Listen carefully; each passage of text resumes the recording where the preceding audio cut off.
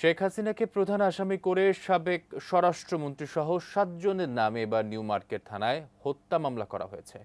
বৈষম্য বিরোধী ছাত্র আন্দোলনের সাংবাদিক তাহির জামান প্রিয় নিহতের ঘটনায় তার মা বাদী হয়ে এ মামলা করেছেন। শুরুতে গড়িমসি করলেও নিহতের বন্ধু শিক্ষার্থীদের বিক্ষোভের মুখে ১৩ ঘণ্টা পর মামলা নেয় পুলিশ। বিস্তারিত জানাচ্ছেন আরাফাত ইসলাম শুভ। বৈষম্য বিরোধী ছাত্র আন্দোলনে গত ১৯ জুলাই রাজধানীর ধানমন্ডির সেন্ট্রাল রোড এলাকায় আইন শৃঙ্খলা বাহিনীর গুলিতে নিহত হন চিত্র সাংবাদিক তাহির জামান প্রিয়। এ ঘটনায় মঙ্গলবার সকাল ১১টায় প্রিয়র পরিবার ও বন্ধুরা মামলা করতে নিউ মার্কেট থানায় যান, কিন্তু দিন পেরিয়ে রাত হলেও পুলিশ মামলা না নেয়ায় থানায় অবস্থান নিয়ে বিক্ষোভ করেন তারা। তাদের অভিযোগ, মামলার এজাহারে নিউ মার্কেট থানার সাবেক ওসি আমিনুল ইসলাম এবং ডিএমপির নিউ মার্কেট জোনের সহকারী পুলিশ কমিশনার রেফাতুল ইসলামের নাম থাকায় পুলিশ মামলা নিতে বিলম্ব করেছে। আমরা চাই মামলাটা রুজু করব এবং এই যে ইচ্ছা করে তদন্ত ওসি যিনি তার নাম্বারটাকে বন্ধ করে রাখছে।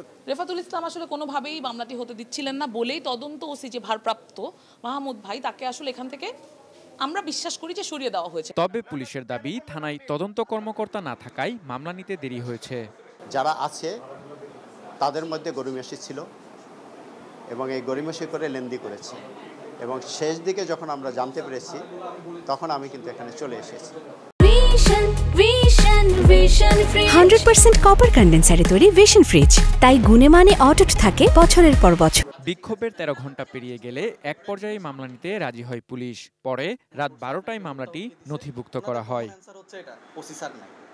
মামলার বাদী প্রিয়র মা শামসিয়ারা জামান তার ছেলে হত্যার সুষ্ঠু বিচার দাবি করেন। মামলা করলাম, বিচারেও যদি বিচারহীনতায় আমরা ভুগি, তা আমি মনে করি যে আমি মা হিসাবে আমি হয়তো আর সব মাদেরকে নিয়ে, আমার ছেলেদেরকে নিয়ে আমি নিশ্চয়ই আর একটা আন্দোলন করে এই বিচারহীনতার জায়গা হয়তো আমি দূর করতে পারবো। মামলার এজাহারে সাবেক প্রধানমন্ত্রী শেখ হাসিনাকে প্রধান আসামি করে সাবেক স্বরাষ্ট্রমন্ত্রী আসাদুজ্জামান খান কামাল সহ ৭ জন এবং অজ্ঞাতনামা ৩০ থেকে ৪০ জন পুলিশ ও বিজিবি সদস্যের নামে মামলা করা হয়েছে।